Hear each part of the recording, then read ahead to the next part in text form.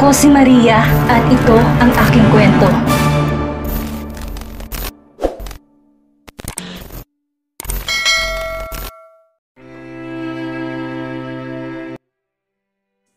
Pumaradang magarang sasakyan ni Tristan sa harapan ng isang 3 pintong apartment. Mula sa backseat, tahimik niyang pinagmasdan ng labas ang mga aninong gumagalaw sa ilalim ng malalim na ilaw ng poste. Sa tabi ng driver nakaupo si Jax. Saglit niyang tinapunan ng tingin ng kanyang assistant bago muling ibinaling ang paningin sa harapan ng apartment.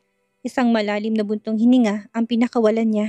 Hindi siya kung dapat ba siyang bumaba o manatili na lang sa loob ng sasakyan. Gabing-gabi na nang pumunta sila sa apartment ni Catriona. Nagdadalawang isip siya kung dapat pa ba niyang puntahan ang dalaga. Ayaw pa niyang aminin sa sarili na gusto niya si Catriona, na gusto niyang bumalik ito sa Lumina. Yun lang ba, Tristan? Untag na sariling utak niya. Sa isang mumurahing apartment, nakatira sila Catriona. Luma, may sira ang pader at nababakas ang lumang pintura na may konting bitak. Maraming tambay ang nakatayo sa gilid. Nagkwekwentuhan habang nagyoyose at ang ilan ay nakatingin sa mga dumadaang tao na para bang may hinihintay. Dito ba, Jax? Nakatira si Catriona? Biglang nagtanong niya sa kanyang assistant. Yes, Mr. Hale. Sagot ni Jax at tinignan pa ang screenshot ng address ni Catriona sa kanyang phone. Saka tumingin sa number ng apartment na nakadikit sa labas ng gate. Muling ibinaling ni Tristan ang mga mata sa labas. Sure po ako na dito nga siya nakatira, dugtong ni Jax na may kasiguraduhan. Kumunot ang kanyang noo habang kuyom ang kamao. Damn it, how did Catriona and her sister manage to live in such a horrible place for so long? Kulang pa bang pinapasweldo ng kumpanya sa kanya para magtiis sila dito? Inis na tanong niya kay Jax. Ang lahat ng mga empleyado niya ay may mga benefits, allowance at bonus every year. Ang starting salary sa Lumina ay 25,000 pesos. Not bad for a newly hired employees. Kilalang kumpanya ng perfume ang Lumina Essence. Kaya alam niya magandang ibinibigay niyang pasahod sa lahat ng kanyang empleyado. Kahit na mga nasa pinakamababang posisyon, hindi niya gustong maagrabyado ang kanyang mga tauhan para magtrabaho sila ng tama. Napatikim si Jax. Pilit niyang inalis ang pakiramdam ng bara sa lalamunan. Ayaw niya na magkamali ng sasabihin. No sir, actually we make sure that we give their salary on time. I always check it with our accounting department. Matapang niyang sagot. Then why? Bakit sa lugar na to? Mabaho at parang hindi safe para sa kanila. Napatingin si Tristan kay Jax. Mabilis tong umiling. Hindi ko rin po alam sir. Maybe because they really need the money. Alam niyo naman po ang kalagayan na kababatang kapatid ni Catriona. Yeah, I'm aware of that. Kaya nga hindi ko maisip bakit siya magre-resign sa Lumina. Hindi na siya pinatahimik ni Catriona pagkatapos ng gabing may nangyari sa kanila. Ilang gabi niya nang palaging iniisip ang dalaga. Naunang lumabas ng kotse si Jax at pinagpuksan niya ng pinto ang amo. Napanganga ang mga lalaking tambay sa lalaking lumabas ng mamahaling kotse. Ang mga matatandang babae naghahabang leeg sa pagtingin sa matangkad, gwapo't mukhang mayamang lalaki. Aba, may naligaw na mayaman sa lugar natin. Hanep, ang gwapo. Sana all. Kinikilig na sabi ng matandang tendera nang makita si Tristan. Hoy Jasmine, mas gwapo ko dyan. Kung hindi lang ako nilagnat ng bata ko. Pagmamayabang ng lalaking bundat ang tiyan at walang damit na pang-itaas. Magtigil ka nga Mario, masyado ka rin nangangarap na maging gwapo. Maligo ka nga muna, baka sakaling magkasing bango kayo ni gwapo. Ang baho mo eh. Tugon ng ginang sabay tawa ng malakas. Si Jax ang lumapit sa kumpulan ng tao sa isang tindahan. Magandang gabi po, mawalang galang na po. Magalang na bati niya. Magandang gabi naman sa'yo iho. Ano bang kailangan niyo't nandito kayo sa lugar namin? Tugon na tanong ni Jasmine. Sinuyod ang tingin ng binata. Kilala niyo po ba si Catriona Hope? Hinahanap po namin kung saan siya nakatira. Sagot ni Jax. Nagkatinginan ang mga tambay at ang ginang. Si Catriona baka mo. Yung kapatid ni Celestine na may sakit sa bato. Sabat naman ng tambay na si Mario. Napabaling ang tingin ni Jax sa lalaki. Oho, sila nga po. Ay naku, nahuli na kayo ng dating. Kaalis lang kanina, lumipat na raw ng tirahan sabi ni Susan. Bakante ng inupahan nilang apartment. Kaninang umaga lang hinakot ang mga gamit nila sa loob. Sabi ng babaeng may-ari ng tindahan. Sino po si Susan? Si Susan, yung may-ari ng apartment, sagot ng ginang kay Jax. Saan po ang bahay ni Aling Susan? Pwede po ba namin siyang makausap? Nagpalipat-lipat ang tingin ni Jax sa mga tao sa paligid ng tindahan.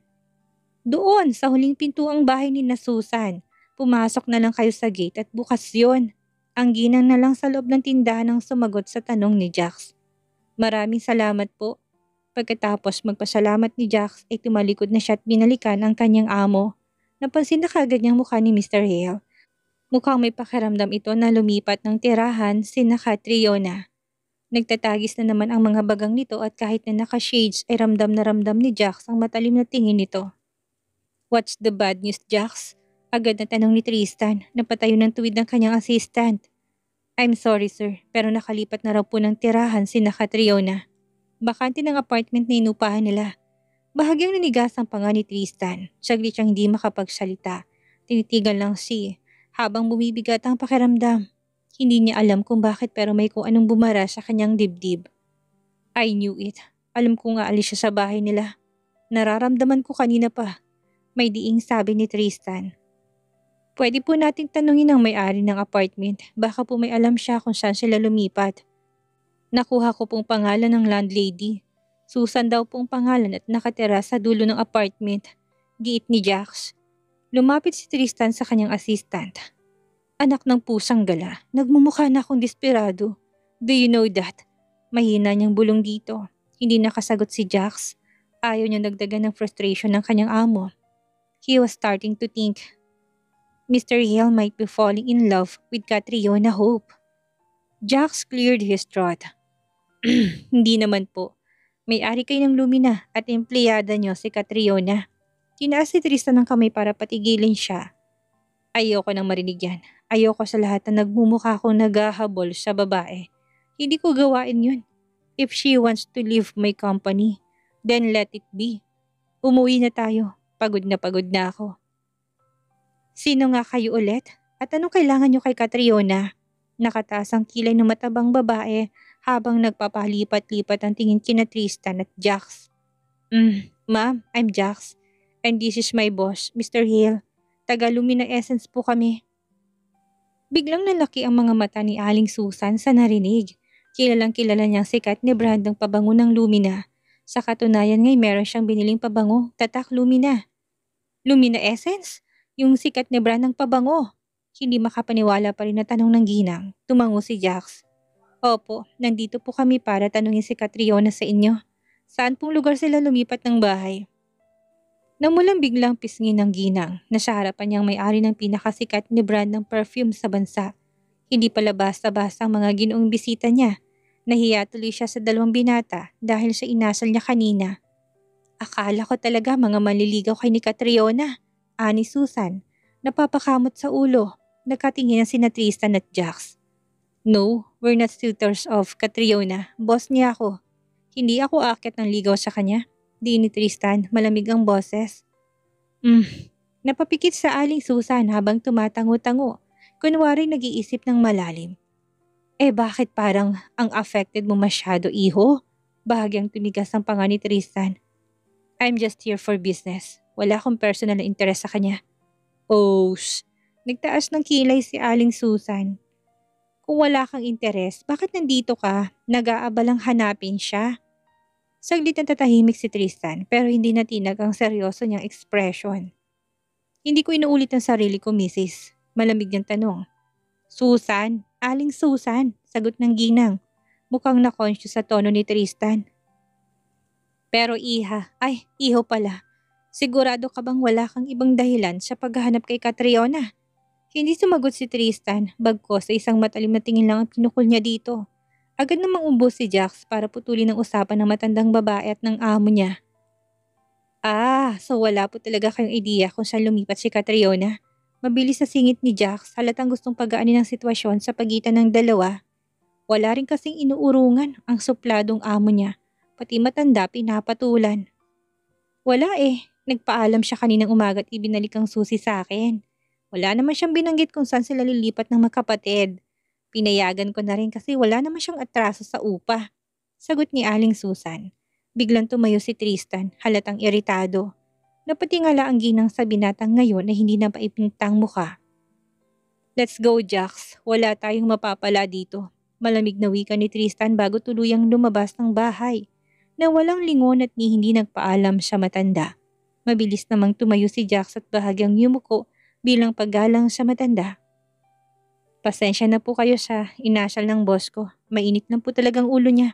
Aniya kahit na alam niya hindi sapat na dahilan yon para bigyang katuwiran ng pag-uugali ni Mr. Hale. Napailing si Aling Susan ngunit may bahagyang aliwala sa mukha. Naku, huwag kang mag-alala, naintindihan ko. Pero pagsabihan mo yung amo mo, iho, kung ganyan ang ugali niya, naku, malabo siyang magustuhan ni Catriona. Natawa si Jax sa tinura ng ginang. Noted po, biro din niya. Sige po, magpapaalam na rin po ako. Nakangiting tumango si Aling Susan sa kanya tinanggap ang business card ni inabot ni Jax. Kapag po bumalik si Catriona dito, pakitawagan lang po ako. Pakiusap niya. Walang problema. Sagot ng ginang bago tuluyang lumabas si Jax ng bahay. Dala ng waiter ang 2 bote ng Johnny Walker, isang bucket ng yelo at isang baso habang papalapit sa table ni Tristan. Mag-isa lang siyang nakaupo habang si Jax ay nasa kabilang lamesa. Solo nilang buong bar. Binayaran niyang may-ari para ipasara ito ngayong gabi. May bartender silang kasama at isang waiter na naghihintay lang ng utos niya. Do you want to join me, Mr. Waiter? Untag ni Tristan. Mabilis na umiling ang waiter at tipid na ngumiti. Sorry po sir, bawal po sa protocol ng bar. Tumaas ang gilid ng labi ni Tristan. Bago umalis ang waiter, binuksan na muna nitong isang bote ng alak, naglagay ng yelo sa baso, saka sinalinan ito ng alak. Thank you. Malapad ang ngiti niyang sabi. Kinuha ni Tristan ng baso at mabilis na nilagok ang laman nito. Pinanood lang siya ni Jax habang paunti-unting humihikab. Lumipas pang 1.5 oras, napansin na ni Jax ang nakatalungkong ulo ng amo. Pareho nang ubos ang 2 bote ng alak. Nilapitan na niya si Tristan. Nang makalapit, tinapik niya ito sa balikat. Sir Tristan, umuwi na po tayo. Tawag ni Jax sa amo. Dahan-dahang itinaas ni Tristan ang kanyang ulo. Napangisi siya nang makitang mukha ni Jax. You know what, Jax? Ikaw lang atang nagtitiis sa ugali ko. You are the only loyal employee I have. Bulalas na lasing si Tristan habang sinisinok at tinuturo pang daliri sa dibdib ni Jax. Naihilig niya kanyang ulo. Bakit nga ba, Jax? Muling tanong ni Tristan, hindi sinagot ni Jax ang tanong ng kanyang amo. Sa halip ay hinawakan niya ito sa braso at inalalayan upang tumayo. Ihahatid ko na po kayo sa mansyon. Lasing na kayo, Mr. Hale. Mabilis at sinalag ni Tristan ang kamay niya. No, I want to get drunk and be wasted tonight. Magagalit po si Mrs. Hale kapag nalaman niyang naglasing kayo. Umuwi na po tayo para hindi kayo masabon bukas. Pangungumbinsi ni Jax sa amo. Tinawanan ni Tristan ang sinabi ng kanyang assistant. Hindi siya natatakot kung magalit ang mommy niya. I'm not afraid, Jax. Hindi ako takot sa mami ko. I'm a grown-up man, dude. Wala siyang pakialam sa buhay ko. Ako magpapatakbo ng buhay ko. Ako lang, sabi ni Tristan habang tinuro ang sarili. I will do whatever I want. Hindi niya ako kayang kontrolin. Saka, gusto ko pang uminom. Gusto kong makalimutan. Makalimutan si Catriona. Sa kondo ni Tristan, inihatid ni Jax ang amo. Tsak na mag-aaway ang mag-ina kapag umuwing lasing si Tristan. Matagal na nagtatrabaho si Jax kay Tristan.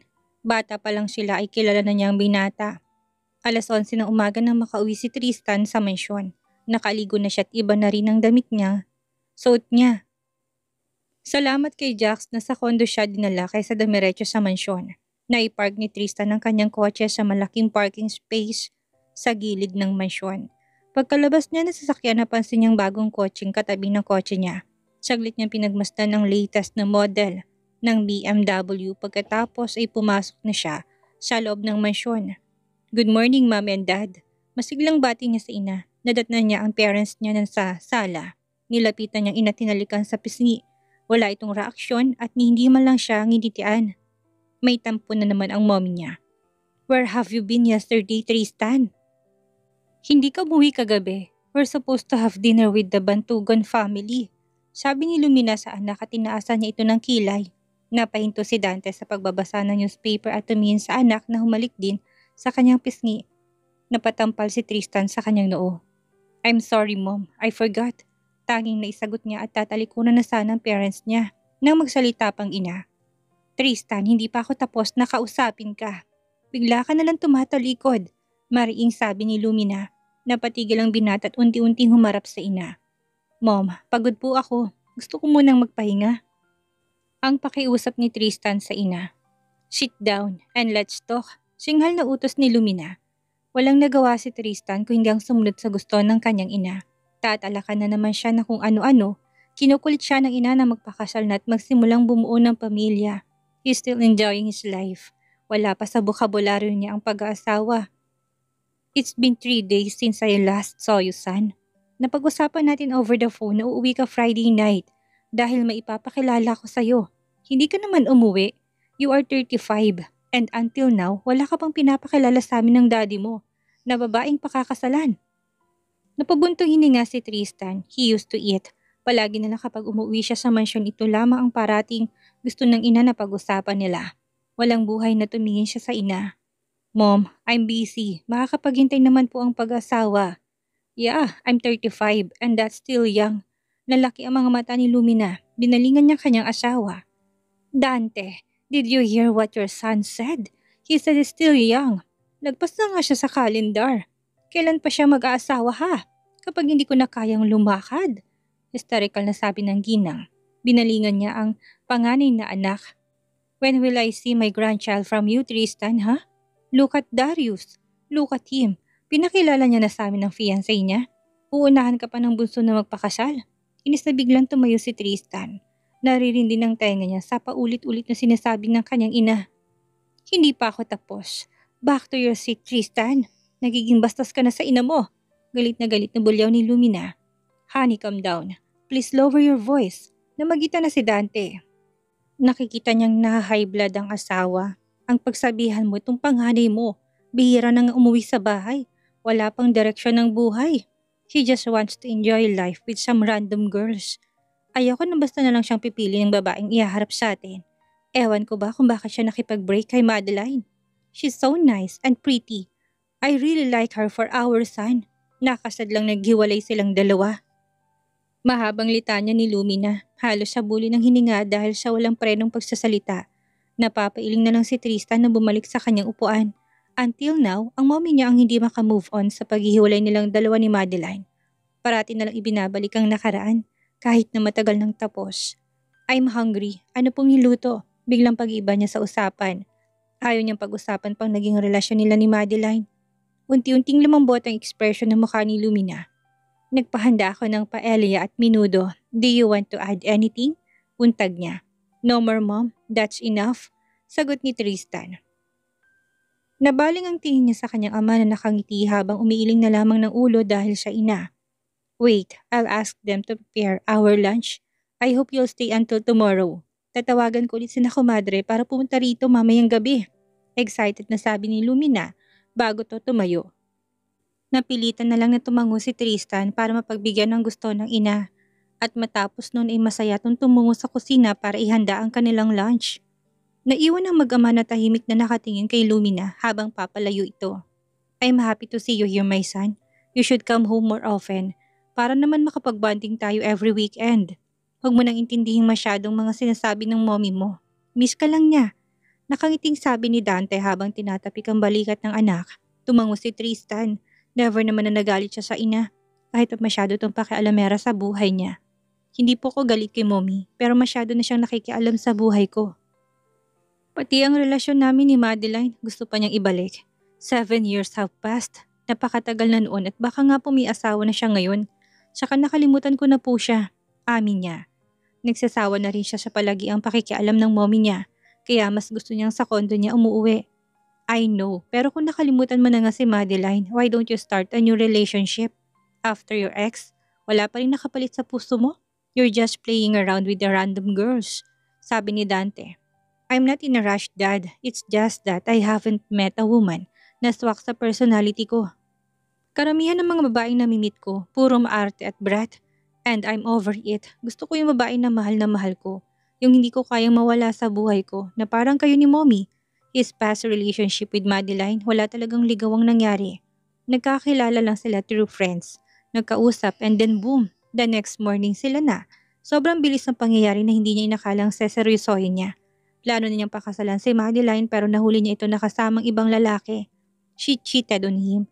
Masakit dahil ibinigay niya ng puso niya at naisip niyang bubuo sila ng pamilya. Pero sinira ng ex niya ang buong tiwala niya. At ayaw niya ng iskandalo at ayaw niyang masaktan ng parents nila kapag nalaman ang tunay na dahilan ng hiwalayan nila. So he chose to let her go. Kahit masakit at kahit na mahal pa rin niya si Madeline. Alright son, take your time. Find someone your heart truly wants. Huwag mong piliin ng isang babae dahil lang gusto ko siya ng mommy no.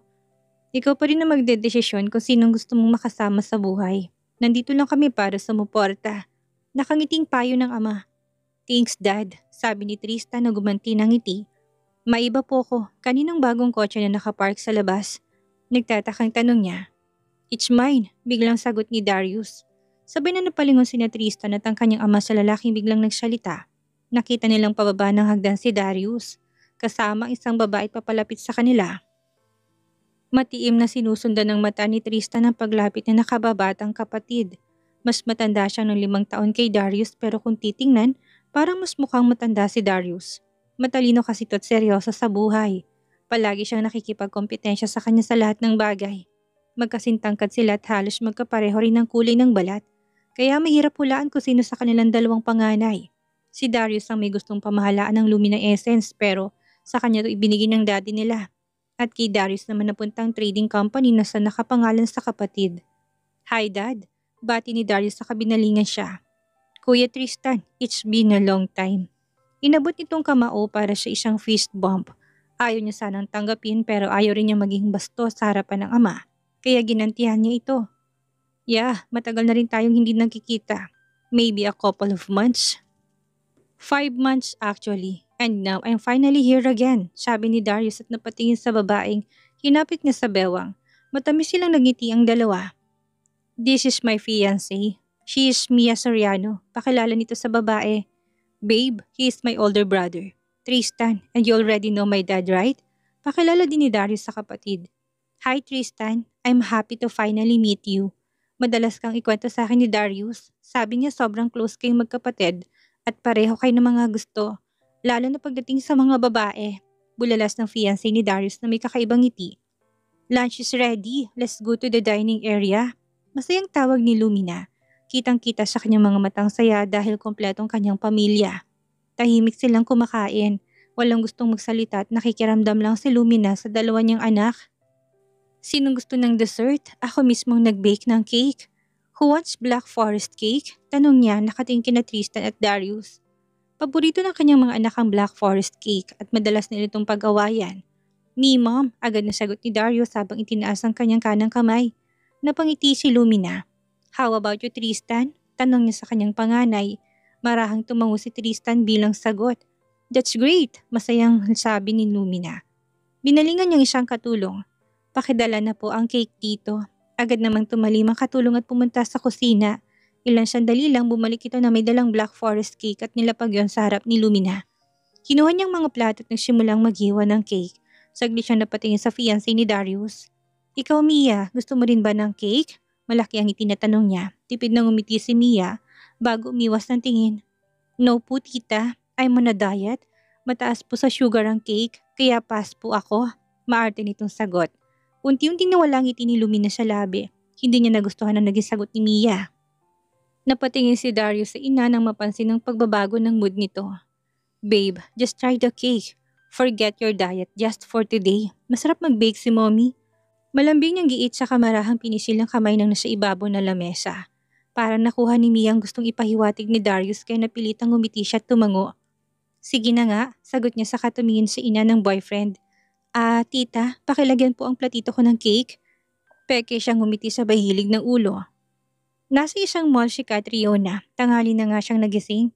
May hangover pa rin siya dahil siya naging inuman nila sa club. Ang sabi ni manager, bumili siya ng mga bagong damit. Siyempre bibili rin siya ng sapatos at bag. Susulitin niyang perang binigay sa kanya. Nagpadala na rin siya kay Ate May para sa panggastos pa nila sa bahay at kung may bibili na pangangailangan na si Listin. Hindi niya kinausap ang kapatid. Tsak na mag-iiyakan na naman sila. Mas mabuti na focus na muna siya sa trabaho niya bilang exclusive escort ng isang tycoon. para hindi siya mapahiya at magkaroon ng problema sa bandang huli. Ang ganda, humahangang sabi ni Catriona habang nakatingin sa display na damit, isang white dress na may pagka-semi-formal. Mahaba ito na tsak na kukurba sa kanyang balingkinitang katawan. Pero biglang nalungkot si Catriona na makita na parang pangkasal ata ang damit. Hindi niya alam kung may ikakasal pa ba siya. May tatanggap pa kaya sa kanyang lalaki? Sa katulad niyang isang bayarang babae, malabo na yatang meron pang lalaking totoong magmamahal sa kanya. Miss, gusto mo? Napasinghap si Catriona na biglang lumapit ang sales lady ng boutique shop. Mabilis siyang umiling. Sorry po pero parang hindi bagay sa akin ng white dress. Isukat mo para makita mo kung bagay. Pangungumbinsi ng sales lady sa kanya. Saglit na napaisip si Catriona sa katumingin sa mukha ng babae. Alam ko na bagay sa iyo ang damit. Ang ganda mo kaya't parang model. Udyok pa ng sales lady, napakibot ng labis si Catriona. Sige na, kunin mo sinabi ng maganda ko, hindi ko isusukat ang damit. Pagpayag na rin ni Catriona. Bolera ang sales lady, maganda ka talaga miss. Sabi pa ng sales lady at kinuha ang damit na nakadisplay sa manikin. Binola mo pa ako, pero salamat. Alam mo, first time ko magsusuot ng ganyang kagandang damit at mamahalin pa. Nahiya pang wika ni Catriona. Sales stock strategy yon para makabenta sila ng kanilang produkto. Kung hindi sila marunong mangbola, paano mabibili ang mga tinitinda nilang mga damit? Mindset ba? Mindset? Hindi kita binobola, miss. Nagsasabi lang ako ng totoo. Sige na, isukat mo na. Halika sa fitting room. Yakag ng sales lady kay Catriona. Nagpatiuna naman ng dalaga sa pagpasok sa loob ng fitting room at binigay ng babae ang white dress. Pinaglandas ni Catriona ang kanyang mga daliri sa magandang damit. Parang gusto niyang maiyak dahil sa hindi niya alam kung kaya niya magsuot ng kulay puti sa araw mismo ng kanyang kasal. Wala nang iniingatan niyang puri. Hindi na siya berhen. Siguro tanggapin na lang niya na baka nga wala nang tatanggap na lalaki sa kanya. Kung tatandaan man siyang dalaga, andyan naman si Celestine na makakasama niya. Miss, okay na ba? Nisuot mo na bang damit? Biglang katok ng sales lady na ikinagulat ni Catriona. Hindi pa, sagot niya at hinubad ang kanyang suot. Maingat niyang isinuot ang outing damit. Backlash pala to at sukat na sukat sa kanya ang size. Tamang-tama sa kanya na animoy nilaan para lamang kay Catriona ang damit. Binuksan niya ang pinto ng fitting room. Pwedeng pakiabot ang zipper sa likod. Hindi ko kasi maisara. Pakiusap ni Catriona. Hindi kumilos ang babae. Nakatulala lang ang sales lady habang nakatingin sa kanya. Miss, tawag niya sa babae. Hindi pa rin to kumurap. Hoy miss, ang sabi ko pakisara yung zipper. Hindi ko abot. Nilakasan na ni Catriona ang kanyang boses. Parang biglang napunta sa ibang dimension ang sales lady. Nakatulala lang sa kanya. Ay, kabayong bundat! Malakas din ang sigaw ng sales lady. Nagulat ni ata ito, nahihiyang napatakip ng kanyang mukha ang babae. Kanina ko pa pinapaabot ang zipper ng dress, parang hindi ka naman nakikinig. Sorry po, ang ganda niyo po kasi, hindi ko na kita nakilala. Sagot ng sales lady. Napaismit si Catriona. Ayan ka na naman, binobola mo na naman ako. Mabilis tong umiling. Naku, hindi po. Tawagin ko po mga kasamahan ko. Bilihin mong dress, bagay na bagay sa'yo. Tsak na matutulala din sa yung boyfriend mo.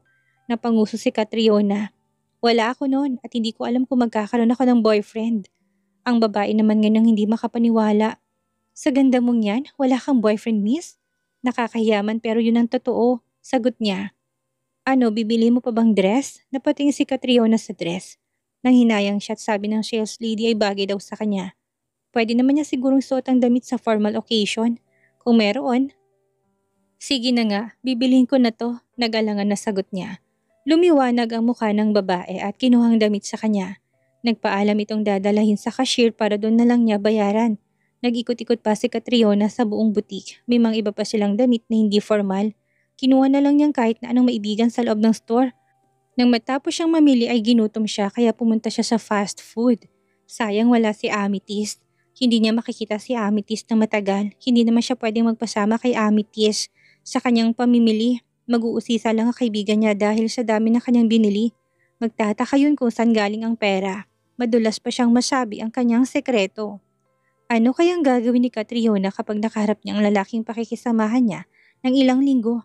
At si Tristan, hanggang kailan niya itatago ang tunay niyang nararamdaman para kay Catriona? Magkita pa kayang dalawa? Yan ang ating aalamin sa susunod nating kabanata.